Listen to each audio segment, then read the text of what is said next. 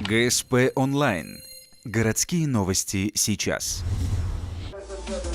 В воскресенье 11:10 на лыжной базе УРМЗ проходит завершающий этап соревнования по зимнему полиатлону в зачет круглогодичной спартакиады трудящихся.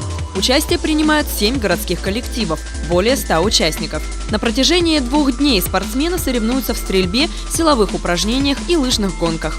Многие из участников показывают результаты профессионального уровня. Например, в силовых упражнениях Виталий Павлов значительно превосходит соперников с результатом 50 подтягиваний.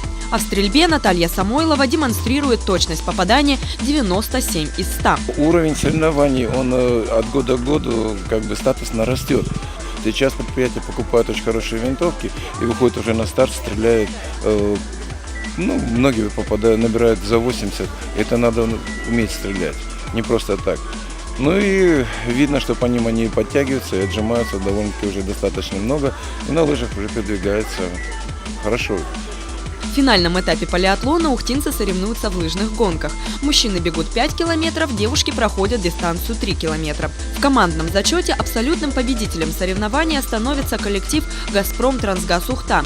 На втором месте команда «Ухта-Нефтехиммонтаж». Третью позицию занимают спортсмены УГТУ. В этом году ухтинцам представится еще одна возможность посоревноваться в лыжных гонках. В апреле в Ухте состоится открытый чемпионат республики и марафон памяти воина-интернационалиста Алексея Сверчковского.